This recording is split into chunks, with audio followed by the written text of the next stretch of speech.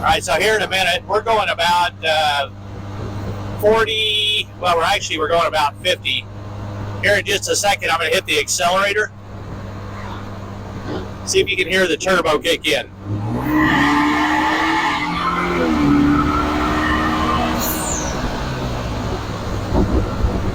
That's a little scary, but we hit 80 miles an hour just like that.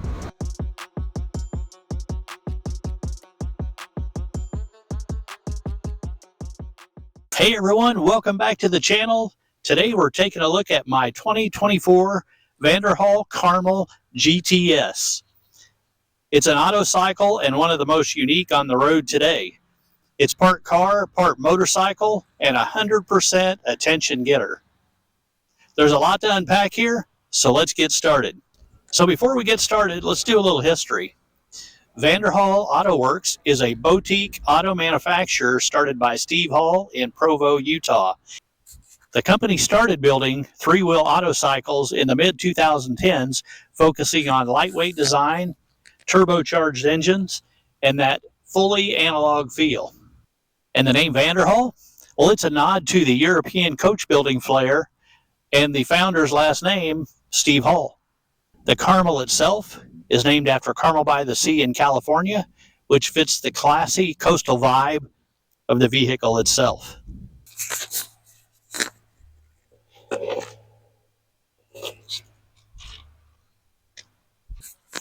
So under the hood or under the front cowl, the Carmel GTS runs a 1.5 liter turbocharged inline four. It's sourced from GM's SGE engine family, and it makes around 194 horsepower and 275 Newton meters of torque sent through a 6-speed automatic. Because it's so lightweight, the 0 to 60 times range anywhere between 4 and 4.5 seconds. Top speed is generally listed around 130 miles per hour. Something with a vehicle this lightweight and this short of a wheelbase, that's wild. You may be wondering how the Vanderhall stacks up against other three-wheeled vehicles. Well, the Vanderhall has front-wheel drive. It has a 1.5 liter inline four-cylinder engine. It has more refined luxury leaning interior, car-like controls with automatic transmission, and a smooth touring friendly ride. T-Rex, on the other hand, is rear-wheel drive. It has a Kawasaki motorcycle-derived inline engine. It's much more raw and track-focused, manual-style sequential shifting, and it feels like a superbike with a roll cage. The Polaris Slingshot is a front-engine, rear-wheel drive, 2.0-liter ProStar engine. More mass-market, more affordable, edgy styling with lots of accessories. And it's sporty, but not quite as premium as the Vanderhall. So one of the first things you're going to notice about this car is the massive front tires. These are 235 R19s. And one of the benefits to getting the Carmel GTS like I purchased is the slotted front calipers and the large Brembo brakes. And we come around here to the back, and the back tire is even bigger. This is a 295 R19. Just a massive tire. Now you might notice these straps underneath of here. These leather straps up here, that's because that top comes off. It comes off pretty easy. I've had it off a couple of times already. It's easy enough to do with one person. You've got a couple of bolts, I guess you could say, that you unfasten, undo the leather straps here in the back, and it lifts right off. Now you might also notice the fancy stitching on the top up here. That's also indicative of the GTS. The same way with the diamond stitching that you see on the leather seats, that's the GTS. There's some really quirky things about this car that you can only see from the inside. Let's jump inside and take a look at those. Now notice how the doors open.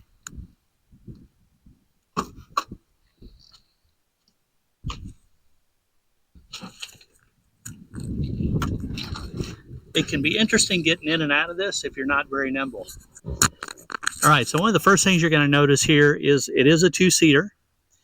And again, this car is a GTS, so it comes with a 6-speed automatic transmission, but it is set up to where you can manually bump the gears if you like to rev the gears a little higher, which I do. So you'll notice the paddle shifters. They're right here behind the steering wheel. The steering wheel here is a wood grain. It's got the Carmel listed right there in the center. That's the horn. It's got a pretty impressive horn on it. So let's take a look at the dashboard. So on the dash, what you're going to see are the gauges here. So the first one, this is our fuel gauge. Next, we've got our speedometer. When it's turned on, it's got your odometer right down here. This right here is your RPMs. Your temperature gauge is right in there. You get your little check engine lights up here. You've also got your lights up here telling you if traction control is on or off. Then right over here, this is a pretty neat setup right over here. This tells you what gear you're in. So when you first start it up and put it in gear, you'll see it go right up here to first gear, and then it cycles through the gears. But that's kind of handy since you don't have anything down here on the shifter that really identifies what gear you're in. Next to that, you've got your boost gauge. This is for your turbo. So when your turbo starts kicking in the boost, this is your gauge over here talking about that. Next to that, that's your engine start and stop.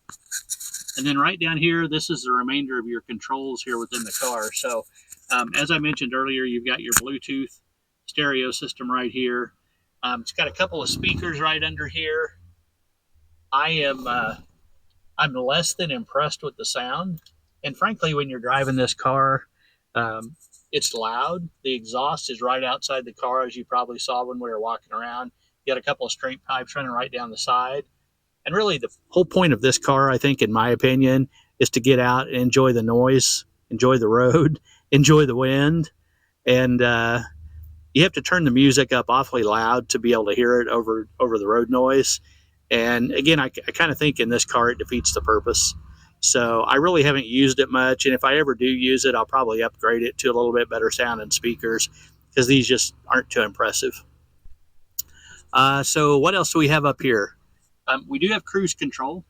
I tested that out already. It works great. So you turn your cruise on right here. You can set your cruise. You set the speed of it here, and then if you need to bump it up, you hit the button up or down to raise or lower the speed. Traction control is right next to that, and the car defaults to traction control on when you first start it up. So in order to turn the traction control off, you just flip that switch up. Next to that's your hazard lights. And then last but not least, down here you've got your heater vents. So the pretty neat thing about this is, for one thing, that heater works really well. The day I picked this car up, it was 22 degrees outside, super cold, and I had to drive it home on the highway. So I was a little worried about that. I was worried about how cold it was going to be, but I was pretty shocked. I turned that heater up to probably not even high. I think I had it on medium, and it gets really hot. Now, to turn the heater on, you're going to adjust the fan right up here, and then the heater on is this button pushed all the way in. You pull that button out, then what you get is vented air from outside. So you'll also notice you've got, let me see if I can get around in here, you've got an open and close for the vents. I don't know if you can see that on the camera, but it opens and closes. So wintertime, when it was super cold outside, when I first got the car, had the vents open, had the heater blowing right on me. And that brings us to our next really nice feature as far as I'm concerned in this car, and that's right down here. This car has heated seats. Now, what summer-derived car has heated seats and a heater in it? That's one of the really nice features of this particular car as far as I'm concerned. Now I probably won't drive it all winter long because I have a nice daily driver in my Tesla Model X. But this is a blast to drive, and I can see myself driving it all the way up into November with the heater running and the heated seats on. The one thing I'll say about these heated seats, these are probably the hottest heated seats I've ever felt in my life. These got so hot, I almost had to turn them off a couple of times. And that was in the dead of winter when it was freezing cold. I've never felt seats that got quite this hot. And now the downside is these don't have an adjustment on them. It's either on or off. And so there were a couple of times I turned them off because they were just too hot. So it'd be real nice if there was a low, medium, and high setting on them. But hey, this car wasn't really meant to be driven in the winter. So the fact that it's got heated seats at all is pretty amazing. What else can I tell you about in here? We've already touched on the heater. The interior in here, I like the stainless steel over here. You've got the circled holes in it. You have the same design on the accelerator and the brake, and then you've got your footrest right over here. Now, one thing I find a little bit odd, and I don't know if it's going to come across well in the camera, is the footrest, in my opinion, is too far down relative to where the brake and the accelerator are at. And what I mean by that is when I have my seat setting to where my foot's comfortable on the footrest, and my leg here, if you can see that, is still pretty well bent up. And it would be nicer if the footrest were a little higher. I could slide my seat back a little further, and my legs then would be adjusted about the same. So it just feels a little awkward having one leg stretched almost all the way out, and the other leg is bent here at a pretty good angle. It can get a little bit tiresome on some of the longer drives. So I tend to have my seat a little bit closer than I need it for this side, just so that this side is comfortable. What's the next thing we can talk about? Cup holders. Every good car has to have a cup holder, right? Well, we've got two here. So we've got one right here by the passenger and one by the driver. Now, this is one of the quirkier features of the car as far as I'm concerned. The reason for that is these cup holders are so skinny, they don't fit too many items. You can see here I've got a bottle of water in here. So you can fit a bottle of water in there. You can fit a can of soda in there. But there are very few other drink sizes that will fit in those, the cup holders. I've got a couple of Yeti tumblers. They don't fit. And I do have I don't know if I'll pronounce this right. I do have a coffee thermos. It's one of the tall, skinny ones. I think it's called Zojirushi. It's a Japanese model. Don't kill me for saying it wrong. The tall, skinny one, it does fit in there just fine. But again, my Yeti tumblers, they don't fit in there. What else is interesting inside the car? Oh, right down here, you do have one more controller. And that is if you have your Bluetooth going, you can adjust the volume up and down with this. And then in addition to that, you can bump it forward. The mosquitoes are really out here. I don't know if you can see that. But you can bump forward and backwards on the songs, whatever you're listening to, right over here. You got your handbrake right down here. And now one other thing that is really, really quirky about this car, in my opinion, is if you'll notice, right back in there, you've got what looks like a very nice deep cubby for storage. But like other things on this car, there's a problem with that. Let me tell you what that is. Better yet, let me get out and show you what that is.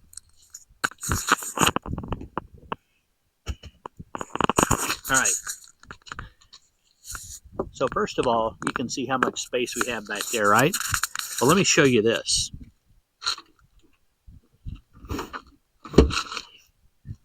That's the seat forward as far as it will go. Now look back in there. What do you see?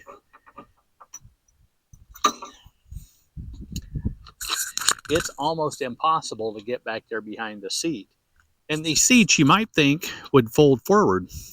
They don't. They're fixed. So there is no mechanism on these seats to lay this part forward. So the only way you're getting in this cubby hole is to reach right back in here or right back through there. And again, it's a nicely carpeted little storage area, and it's fairly deep. So you would think that would help you with some storage on the car, but it's almost impossible to use. Now there are a couple of companies that have come up with some solutions for that. There's some brackets you can buy. You remove the seat, you place the brackets down below there, and then the seat the whole seat. Now this back still doesn't move, it's still fixed, but the whole seat will tilt forward. They're relatively expensive. For each side, they're about $500. Now, the one other thing that I've seen that I'm not that impressed with on that setup is from the demos that I've seen, when you tilt the seat forward, the seat will go all the way up and potentially hit the glass. So I'm not 100% sure if that's an upgrade I'm going to buy. I think I may buy one just for the passenger side, simply because I'd like to be able to get to the storage back behind the seat. But $500 is a bit high, in my opinion, for something that does nothing more than let the seat lift up in the air. So got to think about that one, but it would be nice to be able to use the storage behind the seat. The one last thing I'm not sure that I talked about before while we were outside are the lights.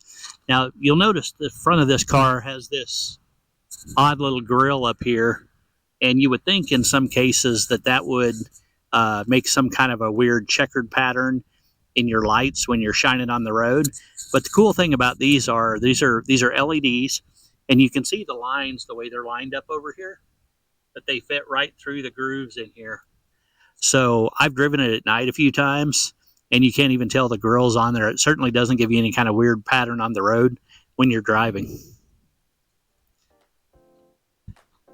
So this review wouldn't be totally complete without me taking you up and showing you the inside of these concrete grain bins that we have here in front of us.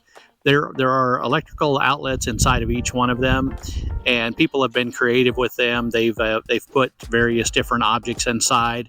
I'm not exactly sure what the thought behind this was. I think probably just because the structure was here, somebody decided to be creative about it and make something visually appealing from the road.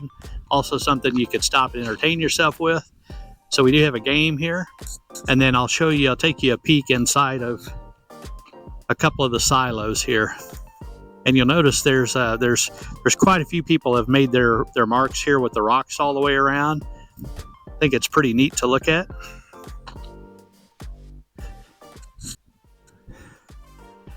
All right, so this first one here, this is mostly rocks with some design on it. And you can see up there that it's completely open to the weather. So whatever you put inside's got to be able to withstand the weather. But it is quite entertaining to look at. And when you look here, this one here has a bracket that's supposed to stop you from climbing up. As you can see, someone has moved this one and gotten it loose. So they've climbed up there, no doubt. If we move over here to this one here, the bracket there to keep you out is still in place. This one here is pretty creative inside. Here is a little train set right back over there. Some various different little houses that someone has built. And you can see right down here, there's electrical inside of here, just like there is in the other one. And all in all, again, not really sure what the thought process was behind this. I guess it's to let people come up, climb inside. They need to plug in a light in there. Not entirely sure, but it is pretty neat to stop and see this on the side of the road. We'll check the last one here real quick before we take off. So this one here's got a few Christmas decorations in it. Got some sort of an old wheel or pulley system right over there. And it's got a little bit less in it than the other ones.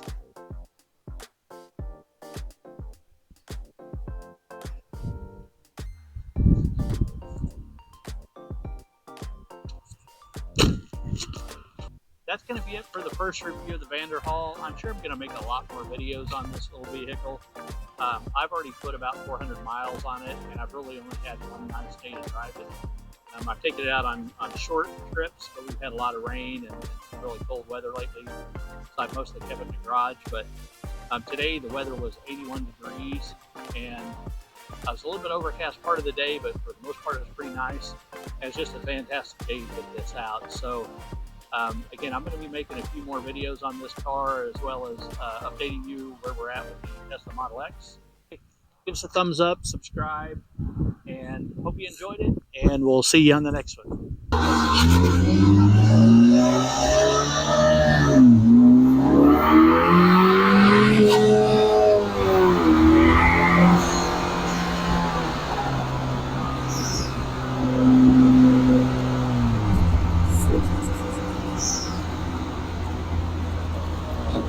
That was only about 50% throttle. These little windy roads back here are not really the area where you can hit full throttle. That being said, this is the perfect path to take a Vanderhall.